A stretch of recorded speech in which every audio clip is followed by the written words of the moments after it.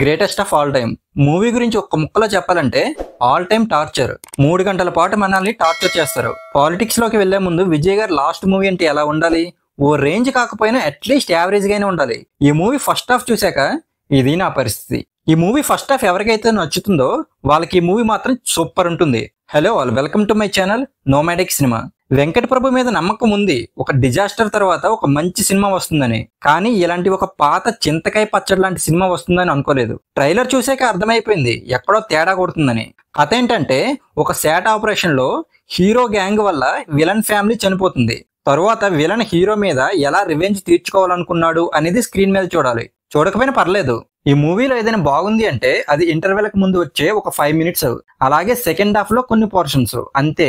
ఇంకా సినిమా మొత్తం డొల్లా, ఏం లేదు. అసలు ఈ మూవీకి రన్ టైం అనేది చాలా పెద్ద మైనస్. ఒక 40 minutes వరకు లేపేయచ్చు. ఫస్ట్ హాఫ్ చూస్తున్నప్పుడే ట్విస్ట్ ఏంటి అనేది గెస్ట్ చేసేయచ్చు. నాకు వెంకట ప్రభు మీద ఉన్న నమ్మకంతో క్లైమాక్స్ లో ఏదైనా పెద్ద ట్విస్ట్ లాంటిది పెడతారేమో అనుకున్నా, ఏం లేదు. మూవీ మొత్తం గ్రీన్ స్క్రీన్ తో లాగించేసినట్టున్నారు. ఆ విఎఫ్ఎక్స్ అయితే అస్సలు బాలేవు. కాకపోతే ఆ డిఏజింగ్ మాత్రం పర్లేదు, బానే ఉంది. యువన్ శంకర్ రాజా మ్యూజిక్ గురించి చెప్పాలంటే ఏంటి రాజా ఇది దారుణం, భలే దెబ్బేసావుగా. ఆ సాంగ్స్ అయితే చాలా చెత్తగా ఉన్నాయి. బీజిఎం కూడా జస్ట్ యావరేజ్ ఉంది అంతే, అంతకు మించి ఏం లేదు. ఇంకా విజయ్ గారు ఎప్పట్లానే తన యాక్టింగ్ తో ఫ్యాన్స్ ని సాటిస్ఫై అయితే చేశారు. కానీ విజయ్ గారి నుంచి ఇలాంటి మూవీ అయితే ఎక్స్పెక్ట్ చేయలేదు. డైరెక్టర్ కి ముందే తెలుసు అనుకుంటా విజయ్ గారు పాలిటిక్స్ లోకి వస్తున్నారని.